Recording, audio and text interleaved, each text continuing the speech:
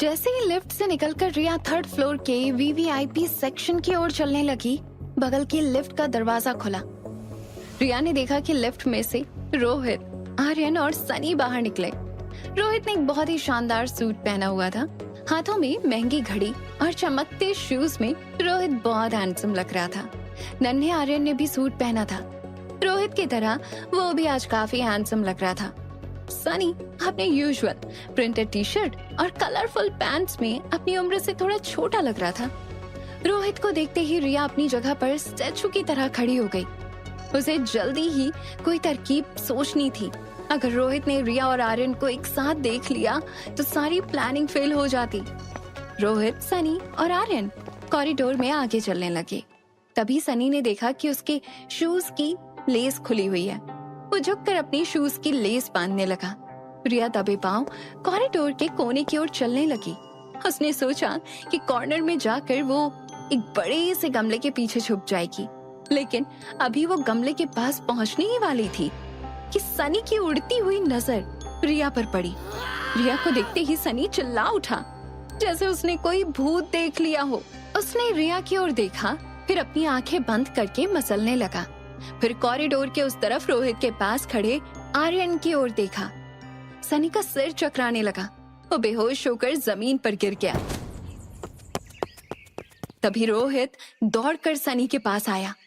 पास खड़े एक आदमी ने अपनी बोतल से थोड़ा सा पानी लेकर सनी के मुंह पर छिड़का। सनी ने धीरे धीरे अपनी आंखें खोली।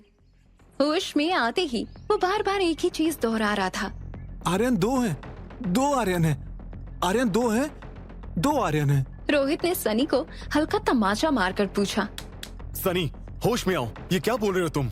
रोहित का हाथ गालों पर पड़ते ही वो पूरी तरह से होश में आ गया।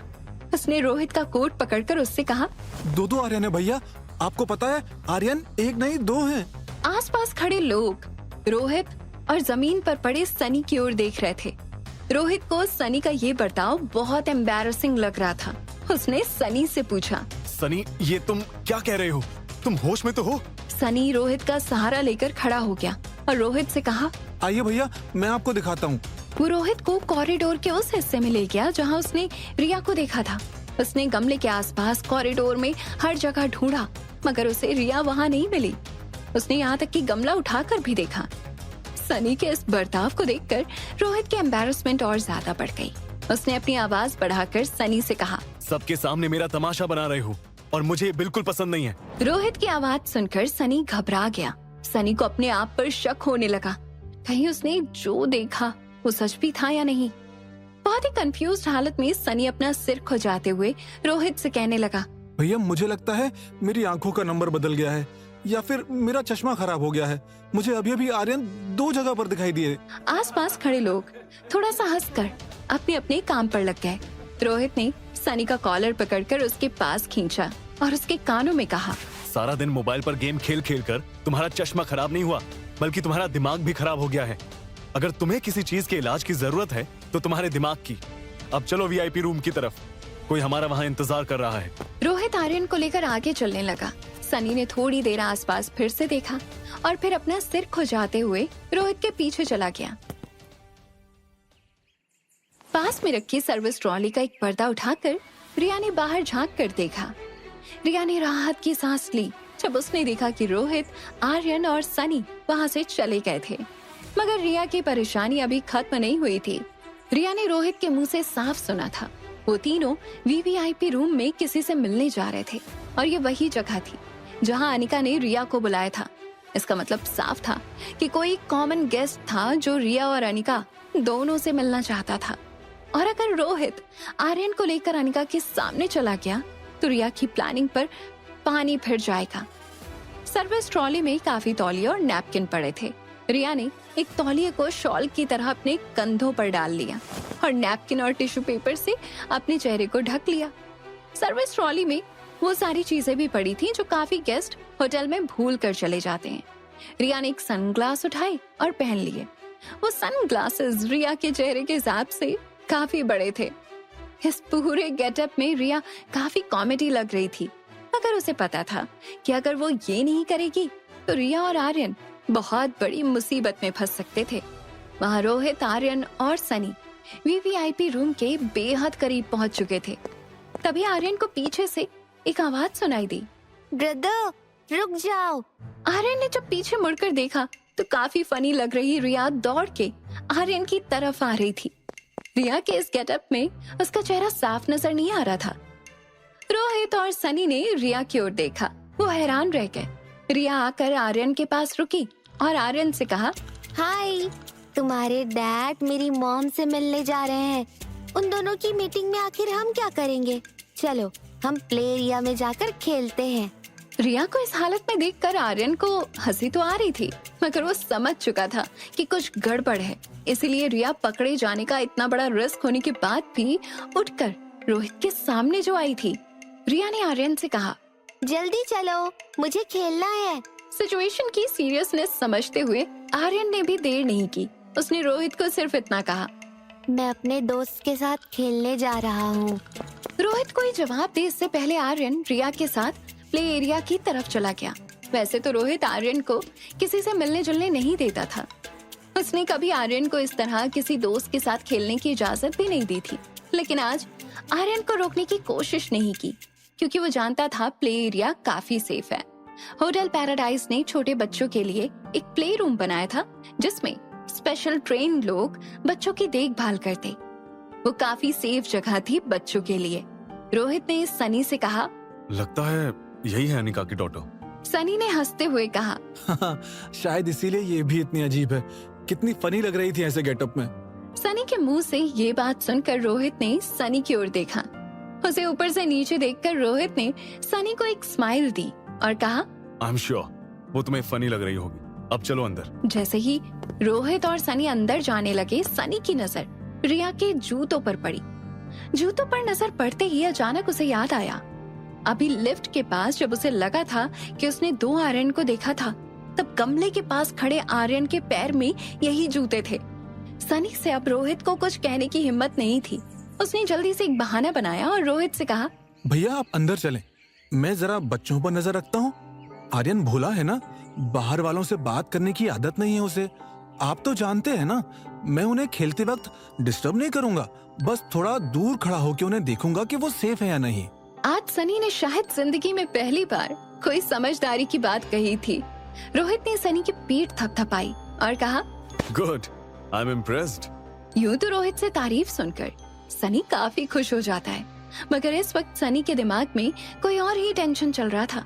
उसने रोहित को एक फेक स्माइल दी और बच्चों के पीछे चला गया। होटल की मेन लॉबी में कामिनी, मनीषा और गौतम डोगरा परिवार का इंतजार कर रहे थे। हमेशा की तरह कामिनी कुणाल को फोन लगा रही थी, मगर कुणाल उसके फोन का जवाब नहीं दे रहा था। थोड़ी देर बाद कुणाल लॉबी में आया। वो गौतम के पास आकर खड़ा हो गया। मनीषा ने कुणाल को हेलो किया। कुणाल ने बस फॉर्मेलिटी में अपना सिर हिला दिया। कुणाल का उतरा हुआ चेहरा देखकर कामिनी ने उसे चीयर करने की कोशिश की। कामिनी कुणाल के पास आई और उसका एक हाथ पकड़कर बोली, देखो कैसी हालत कर दी है उस अनिका ने कुणाल की। आखिर इतना बड़ा धोखा कोई कैसे दे सकता है? वो चालबाज औरत एक मौका नहीं छोड़ती हमें नीचा दिखाने का। अब देखो कितना बड़ा ढोंग करके कुणाल को फंसाने की कोशिश कर रही थी। ये तो अच्छा हुआ कि ऐन वक्त पे उसकी पोल खुल गई और कुणाल को उसकी असलियत पता चल गई। कुणाल अब तक ये भी नहीं जान पाया था कि वो ज्यादा दुखी किस चीज से था, सबके सामने जो उसकी बेइज्जती हुई थी उस बात से, या इतने दिनों से उसने अनिका को नहीं देखा था उससे।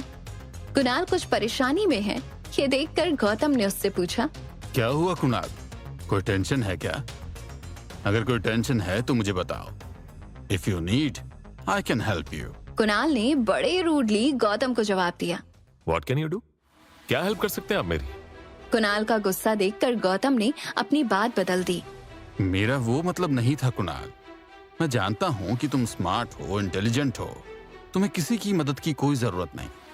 तुम्हें टेंशन में देखा इसीलिए पूछ लिया। कुणाल इस वक्त किसी से कोई बात करने के मूड में नहीं था, ना ही वो गौतम के परिवार से मिलना चाहता था। उसके परिवार का हुक्म था, इसीलिए वो बस इन्हें मिलने चला गया। तभी कुणाल को उसके एक बिजनेस एजेंट का फोन आया। उस बिजनेस एजेंट ने कुणाल से कहा कि दिल्ली वाले मल्होत्रा इस वक्त मनाली में होटल पैराडाइज की वीवीआईपी रूम में किसी से मीटिंग कर रहे हैं। ये बात सुनते ही कुणाल के चेहरे पर चमक आ गई। दिल्ली के मल्होत्रा अक्सर अपने रॉ मटेरियल मनाली से ही मंगवाते थे, मगर उनका कॉन्ट्रैक्ट सिर्फ मारवा ग्रुप ऑफ इंडस्ट्रीज के साथ ही फिक्स था। कुणाल जानता था कि अगर किसी तरह वो मल्होत्रा को अपनी ओर कर ले तो डोगरा खानदान 1 या 2 साल में ही मनाली का सबसे पैसे वाला खानदान बन जाएगा। तभी होटल का एक स्टाफ कामिनी के पास आया और कहा, ma'am your table is ready, please proceed to restaurant on 4th floor. Kamini, Manisha और गौतम होटल स्टुअर्ड के पीछे चलने लगे। कुणाल भी कुछ सोचते हुए उनके पीछे पीछे चलने लगा। VVIP room. जैसे ही रोहित वीवीआईपी रूम में दाखिल हुआ, अनिका उसे देखकर सरप्राइज हो गई। उसने नहीं सोचा था कि उसके मामा उसे जिससे मिलाना चाहते थे वो रोहित मारवा था। उसे ये तक समझ नहीं आ रहा था कि मामा मामी को मुझ तक पहुंचने में रोहित ने क्या मदद करी हो सकती है। जैसे ही रोहित और अनिका की नजरें मिली, हमेशा की तरह वो एक दूसरे को देखते रह गए। रोहित की स्टाइल, उसका एटीट्यूड, उसके कपड़े पहनने का ढंग। अगर रोहित और अनिका को कोई अचानक देख ले तो उन्हें एक कपल ही समझेंगे। थोड़ी देर एक दूसरे को देखने के बाद रोहित को लगा कि अब उसे कोई बात करनी चाहिए। जब कोई टॉपिक नहीं मिला तो रोहित ने अनिका से कहा, वो मैं मेरे बेटे आर्यन को लेकर आया था आपसे मिलने, मगर मुझे लगता है कि आपकी बेटी उसे बाहर मिल गई और दोनों बच्चे प्ले एरिया में खेलने गए हैं। रिया की शैतानियां कभी कभी अनिका के लिए सिरदर्द बन जाती। अनिका ने उसे अपनी आंटी से मिलने बुलाया था, फिर भी वो खेलने चली गई। अनिका को रिया पर थोड़ा गुस्सा आया। अनिका को ये भी पता था कि रोहित अपने बेटे को लेकर काफी पॉजिटिव था। रोहित अनिका को 10 बार वार्न कर चुका था कि वो उसके बेटे से दूर रहे, जबकि हकीकत ये थी कि वो उसे एक भी बार नहीं मिली थी। ऐसे में अगर रिया ने कोई शैतानी करके आर्यन को रुला दिया या उसे किसी बात को लेकर हर्ट कर दिया तो पता नहीं रोहित अनिका पर कैसे कैसे इल्जाम लगाएगा। अनिका ने रोहित से माफी मांगते हुए कहा, माफ कीजिएगा, वो मेरी बेटी थोड़ी शैतान है, मगर आप चिंता मत कीजिए, मैं अभी जाकर उन्हें लेकर आती हूँ। अनिका जल्दी में वीवीआईपी रूम के दरवाजे से बाहर निकल गई। निकलते वक्त अनिका का कंधा रोहित से टकरा गया और रोहित ने अपना बैलेंस घुमा दिया। अनिका अपने टेंशन में थी, इसलिए उसे इस बात का एहसास भी नहीं हुआ कि वो बाहर निकलते वक्त रोहित से टकराई थी। टकराते वक्त अनिका का स्पर्श महसूस करते ही रोहित एक बहुत गहरी सोच में पड़ गया। थोड़ी देर के लिए रोहित को ऐसा लगा जैसे ये स्पर्श उसने पहले भी कभी महसूस किया था। 4th फ्लोर पर पहुंचते ही कुणाल ने गौतम और कामिनी से कहा, आप लोग रेस्टोरेंट में जाएं, मैं अभी एक फोन कॉल निपटा के आता हूं। इतना कहकर कुणाल झूठ मूठ फोन पर किसी से बात करते हुए स्टेयरकेस से नीचे की ओर उतर गया।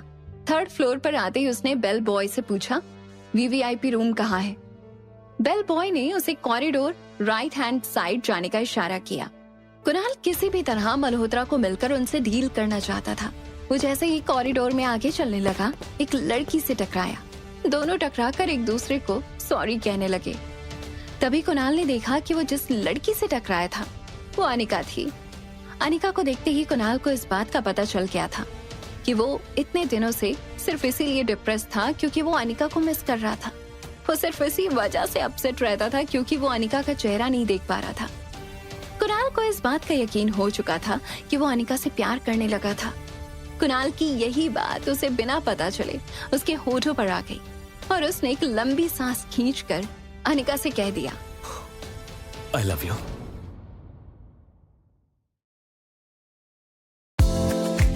અમારો વિડિયો પસંદ આવ્યો હોય તો લાઈક, શેર, સબસ્ક્રાઇબ કરતા ભૂલતા નહીં.